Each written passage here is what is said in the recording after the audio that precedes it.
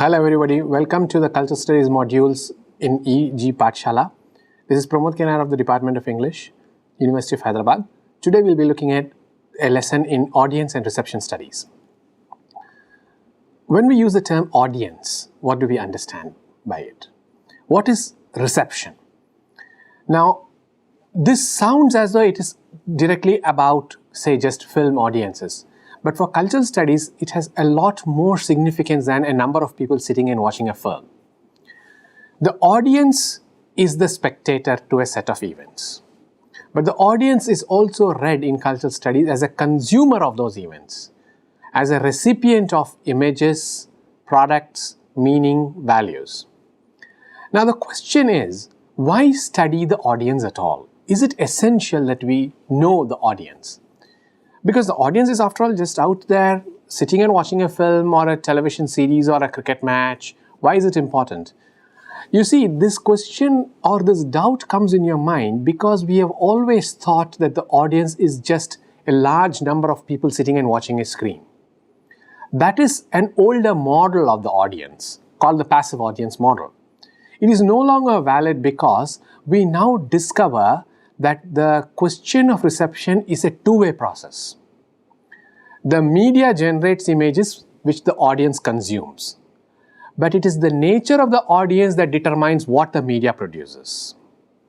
Let me give you a simple example. As a teacher, when I go into the classroom, I'm not addressing a blank wall or a camera like this. I'm addressing people. They're sitting and looking at me. So they're staring at me, all of them sitting here.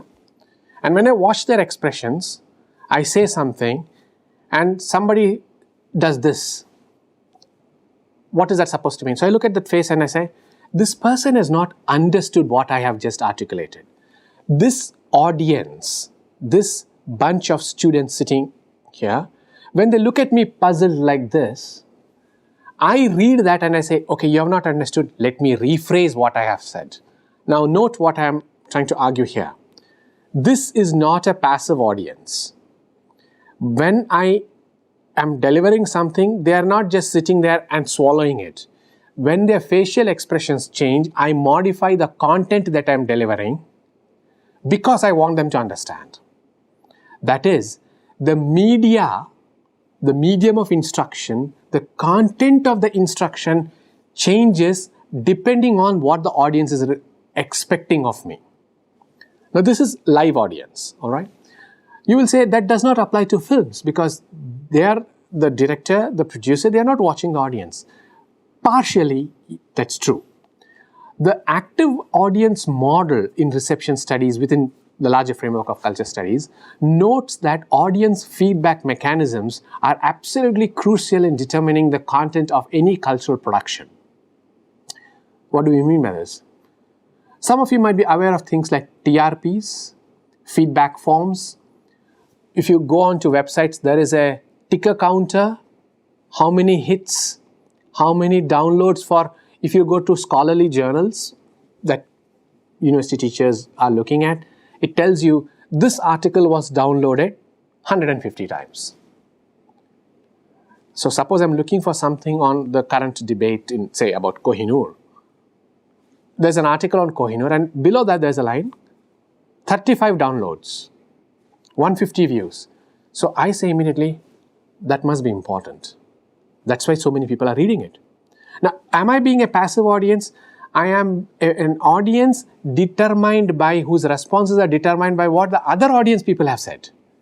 And the company that has put together that article says, this is a very popular area. Obviously, so many people are downloading it. So you see the loop which is coming into play. The contemporary audience studies looks at this loop not as a binary, audience and producer. That's not the binary any longer. People producing, people watching. No. They influence each other. They impact upon each other. The audience is determined by, persuaded by, prejudiced by the content. Yes, but the content is also influenced by what kind of audience is there to watch, to see, to listen, to read.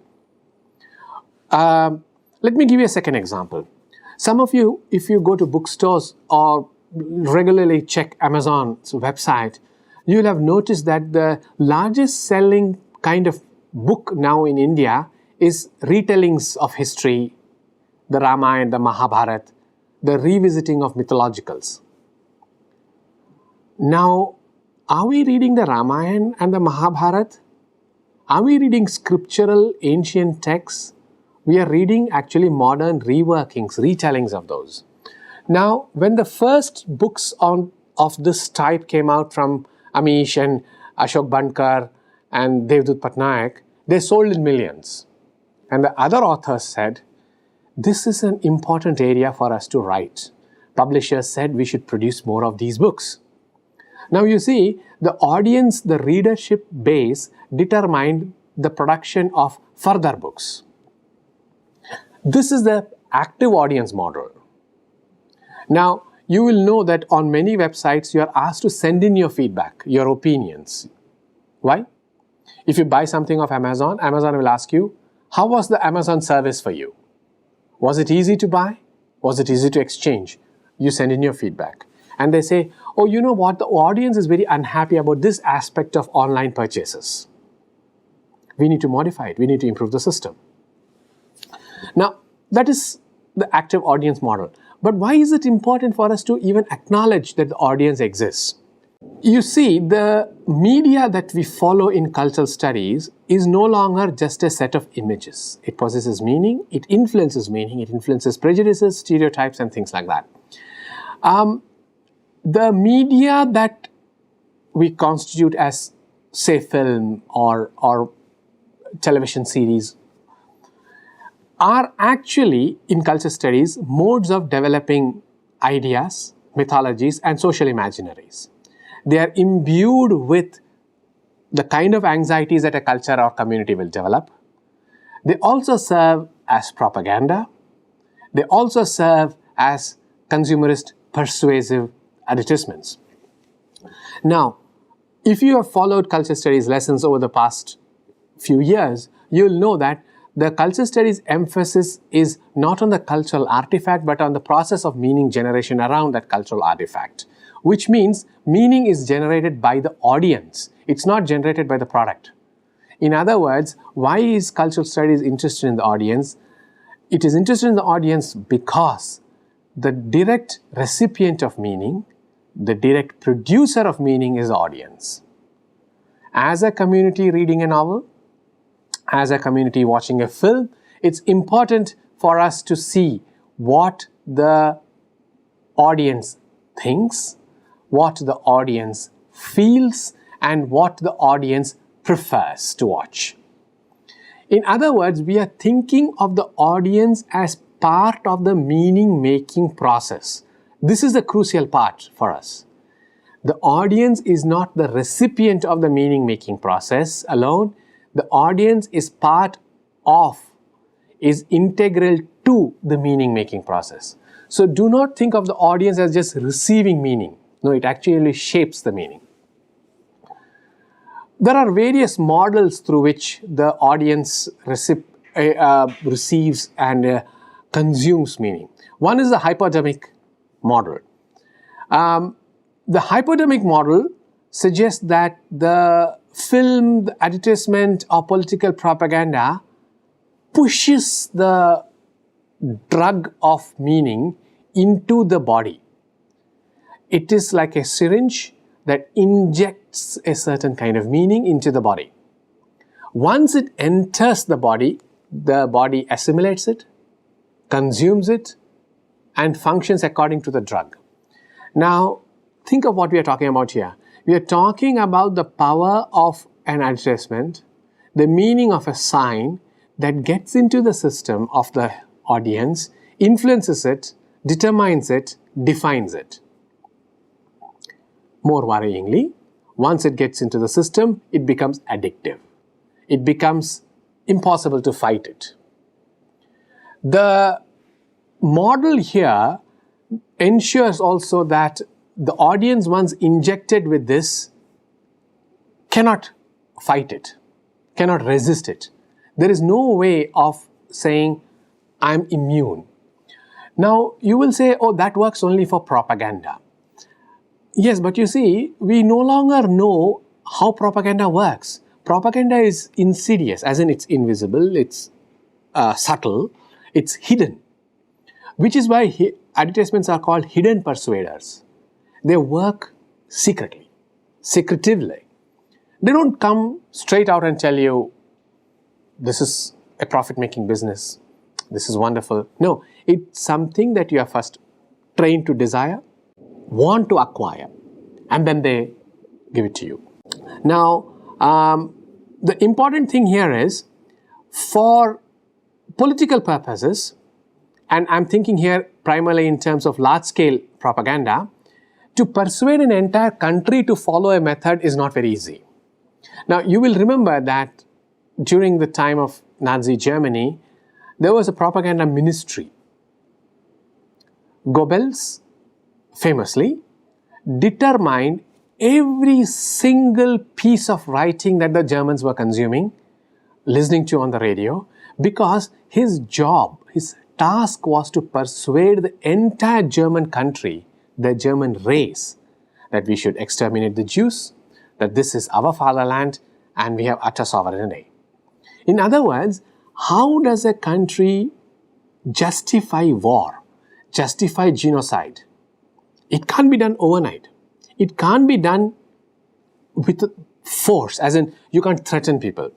What we are looking at is a technique called manipulation, or the more acceptable word, persuasion. You can only persuade people over a period of time, step by step, which is why the hypodermic model is a useful one.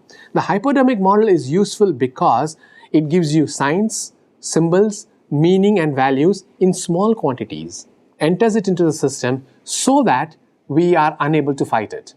You see, by the time we come to 1939, Hitler takes power several years before this, the German nation was convinced that war is essential. Now, how did that happen? We find it difficult to persuade one person. How does a nation convert to this idea? It converts to the idea because, and this is important, because of the constant bombardment by this kind of insidious propaganda, which is the hypodermic model. Now, you will quickly say, but that suggests that the audience is passive. Not so. The audience is not always passive because of several things. One, the audience already has an inbuilt anxiety level. The media works on that anxiety. What the Nazis did was to say, you know what, they'll take away your land. They'll take away your jobs. So the common man said, if they take away our jobs, what happens? You will be unemployed. You'll not have any money. And the Jews are responsible for all this. You see, over a period of time, it cultivates the audience, it persuades the audience through a set of very concrete images or symbols. This is a cumulative model. Remember what I just said. It cannot be done overnight. It's done over a period of time. It's done over a period of time because people are not always very easily persuaded. And direct persuasion is far, far less effective than subtle persuasion. You will worry that we don't know who we are targeting in the audience, which is true. As in, the political propaganda minister cannot identify every single member of the audience. No. So, people of different ages, people of different classes, people of different religious backgrounds may not all come together and listen to a speech. If they do listen to a speech, they will not always take away the same meaning. In a class of 45, when I teach something, 45 people sometimes generate 45 different meanings, sometimes 90 different meanings. How so? Because we each process it differently. So the struggle here is to ensure that a cogent cumulative effect is spread across a diverse audience. It has to bring the audience together, as in they all should listen to you, but they should also make sure that this is spread across in ways that each person takes some bit away, even if they are different, even if they are skeptical, I don't trust what is being said, or I don't know what you're saying is true or not. Despite those differences, despite those uneven consumption, cumulatively, they will take away some common things. That is what is important. In other words, I am actually saying, despite diversity within the audience, reception studies tells us that there are common denominators. For example, the instance I gave you, if there are people or if there are societies or communities anxious about jobs, you can target employment and say, jobs are what will go. I am not worried that they will take away education. I am worried about employment. So the sales pitch, the propaganda pitch will be about employment. So despite differences, the man who works in the factory and the man who works in the shop are both concerned about one thing, employment. Now see, they work in different areas. Their salaries are different, their working conditions are different, their family structures and requirements are different. But they come together because of a common denominator, the anxiety over unemployment or possible unemployment. Cumulatively, this is the determination of attitudes, perceptions. Advertising is about the organization of perceptions. And that is what audience studies is interested in. Increasingly, we know that there is a problem where we don't quite trust the advertisement. We now have reached a stage where we are not quite certain about the news you get, the advertisements you read. Fair enough.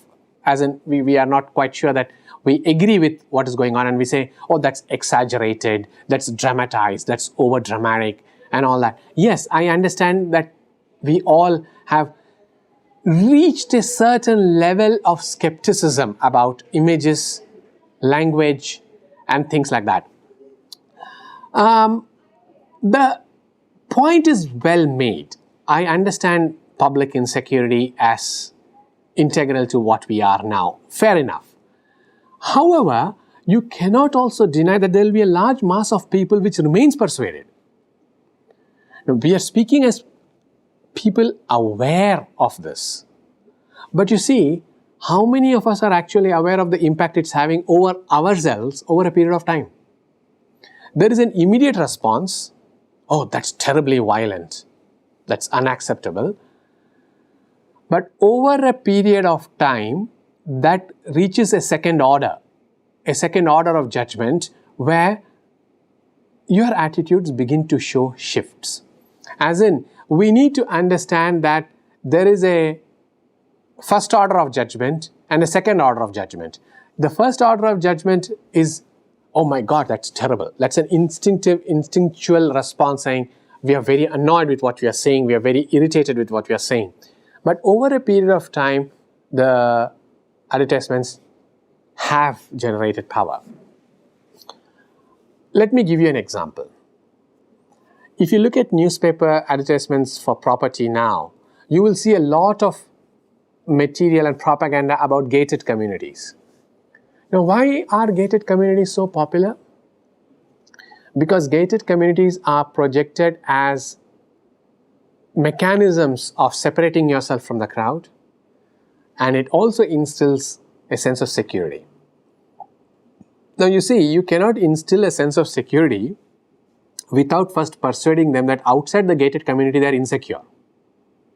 So the process of persuading people to buy a house in a very expensive gated community relies on not on first order judgment but on second order judgment. Over a period of time, mistrust and anxiety have to be cultivated, and people have to be told, you know, if you live there you are safe, if you live here you are not safe. You will say initially, no, that's not true. I have lived in such places for a long time and I don't know why you're saying this. But you see, over a period of time, our judgment is altered because it is attached to not just insecurities but social status, dignity, class value, and class roles. The audience is being manipulated, but the audience is not being manipulated against its wishes. Please recall what I said, that early binary of the passive audience is no longer valid. The audience is co-opted.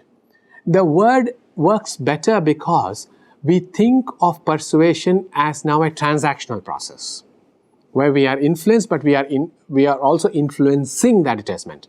So I desire security, dignity, I want elite class occupation, elite class clothes, elite class places and lifestyles and things like that.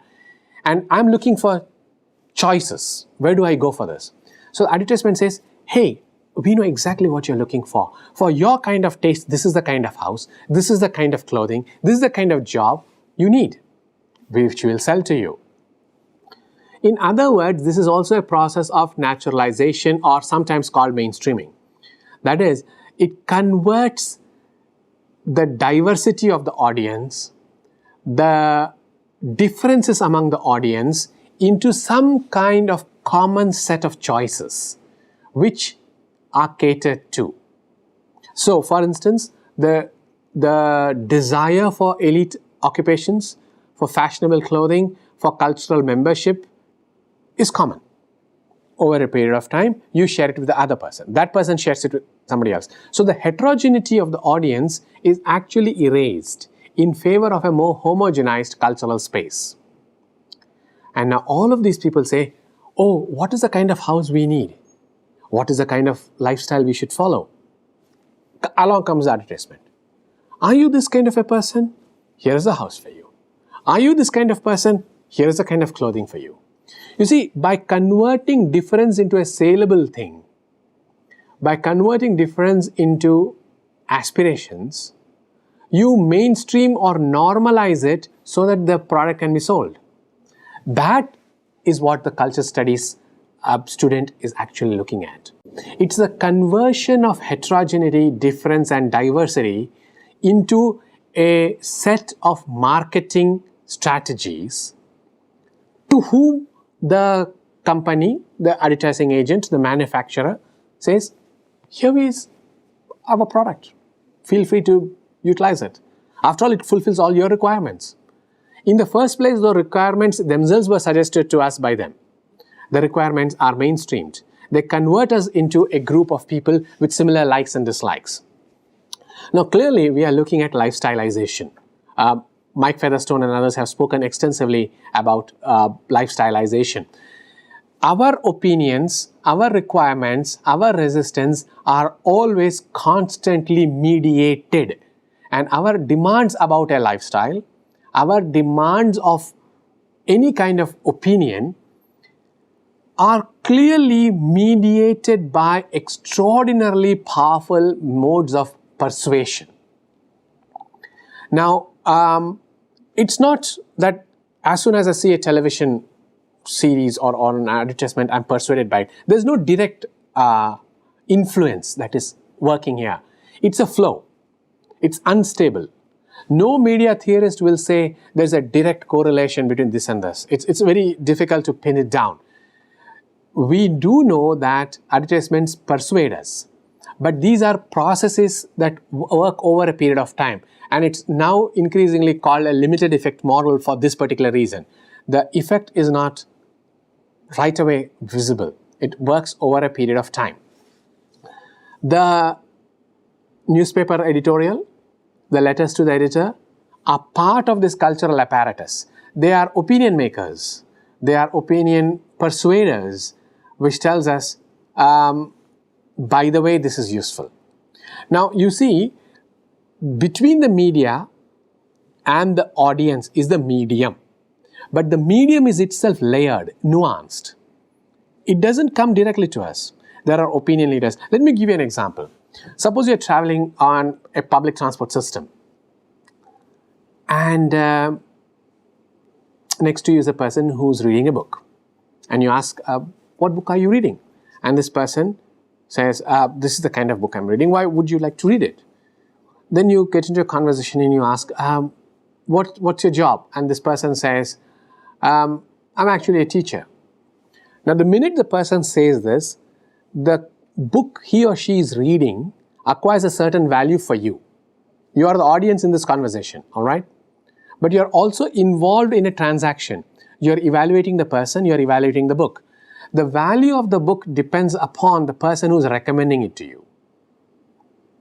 The desire to read that book, the aspiration to read that book is partly to do with your conversation with this person. It's not that you know the book.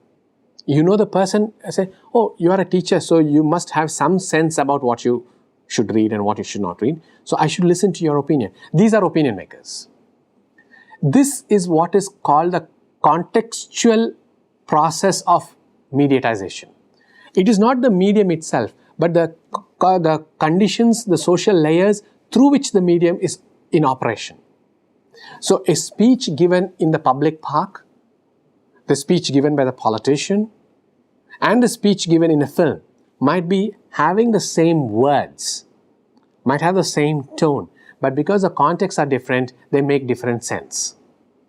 In other words, we need to pay attention as culture studies scholars to the context in which the transmission of the message occurs, because the audience does not ever consume a message in vacuum.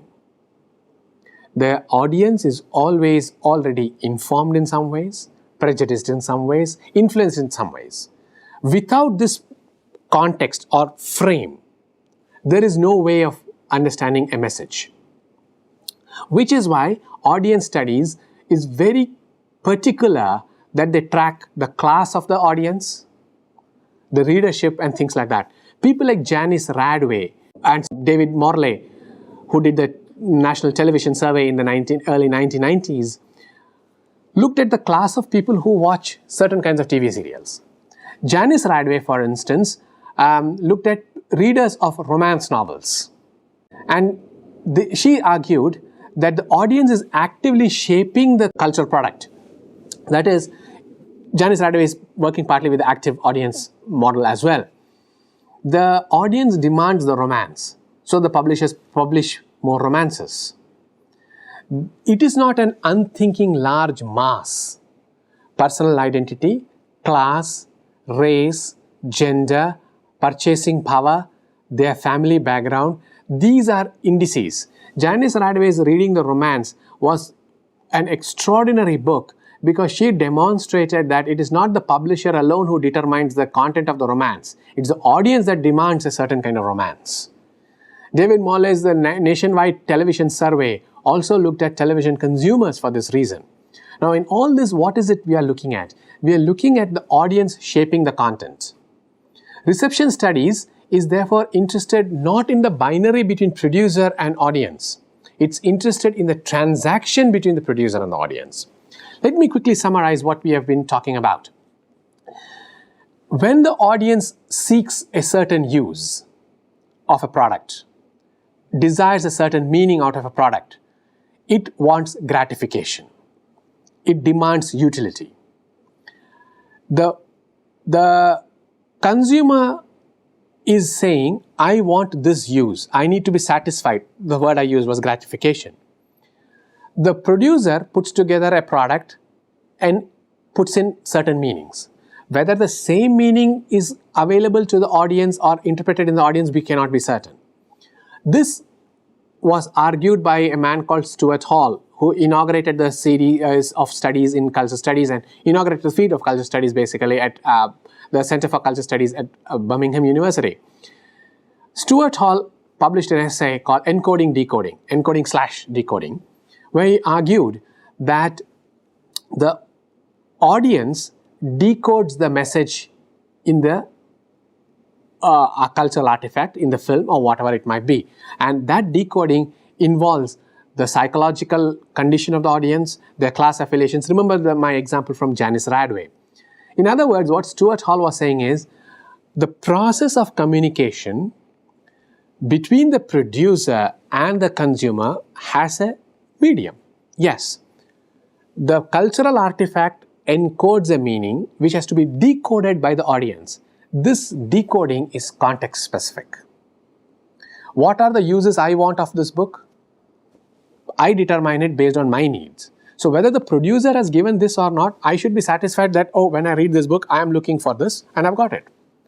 The message of the book, encoded in the book, is not necessarily the message the audience gets.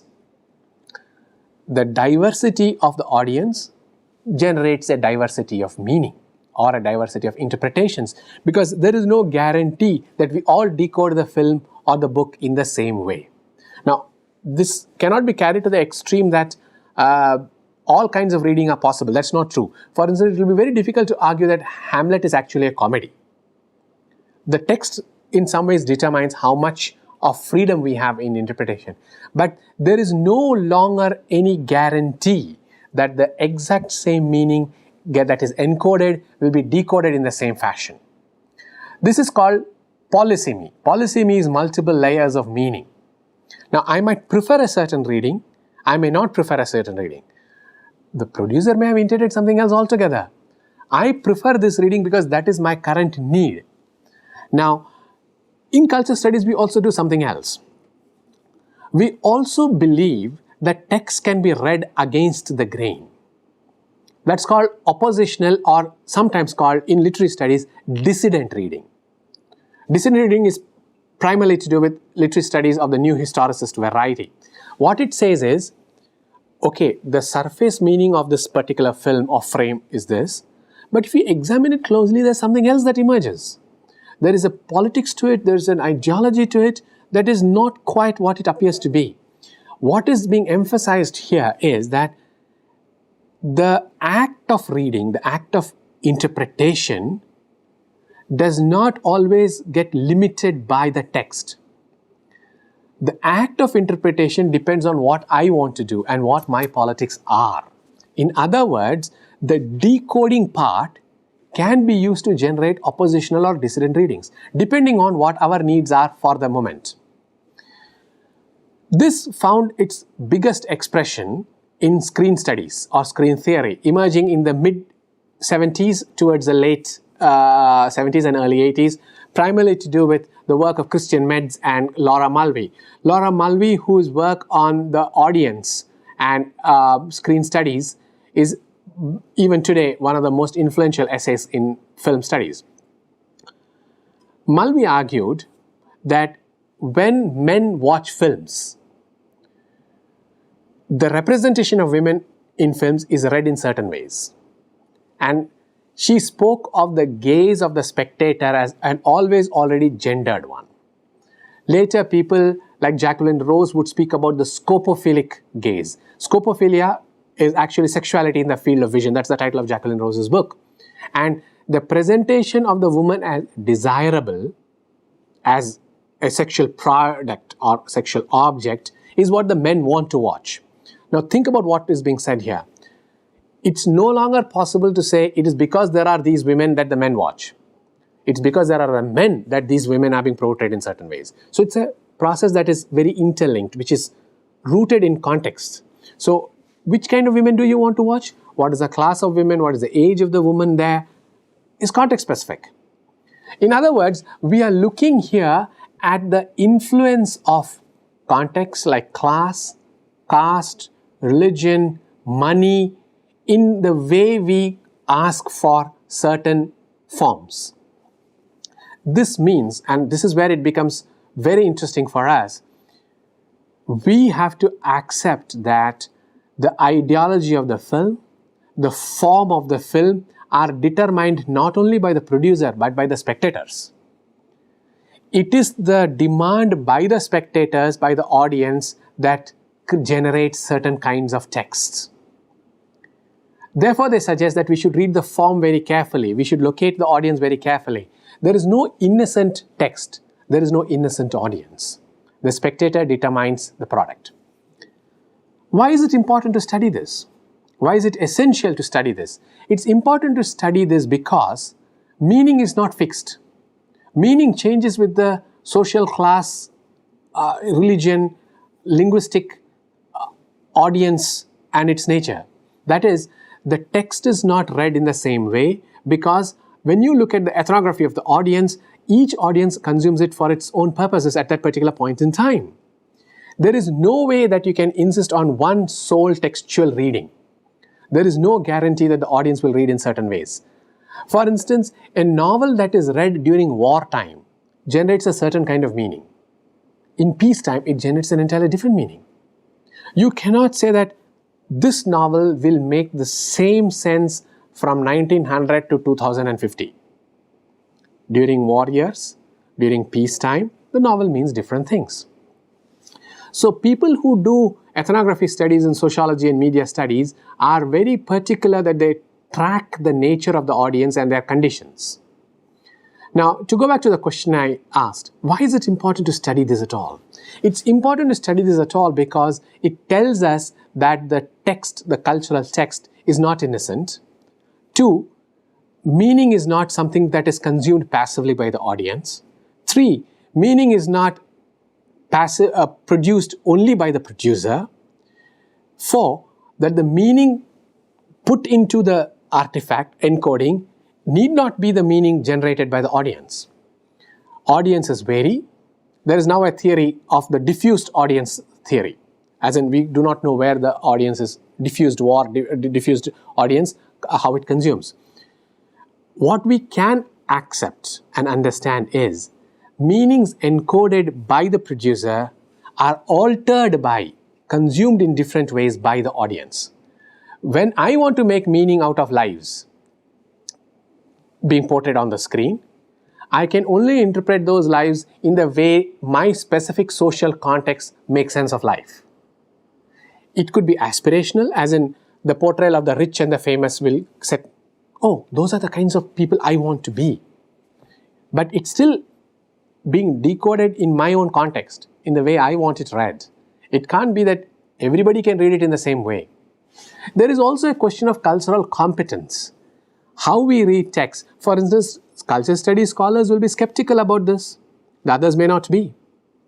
In other words, it's important to look at the context of the media text, the context of the media process. To conclude, audience studies is important because the process of meaning making is no longer only invested in the producer. The text is no longer innocent and closed off, and the audience is no longer passive. Because cultural texts are about power relations, the determining factors that the audience carries by way of its class affiliations and its political requirements and the editorial requirements of the producers are part of a process. They are no longer distinct domains. The audience says, this is what we want, this is the kind of film we watch. The producer says, let's give them a new thing for them to be fascinated by.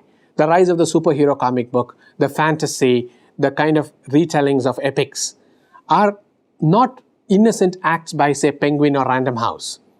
Audience demands, producer produces. But what the producer produces doesn't necessarily make it closed off for the audience. They interpret it in their own way. Culture studies, because of its interest in power and cultural artifacts, looks at this transaction as part of the process of social differentiation. And that's why we need to study it. Thank you.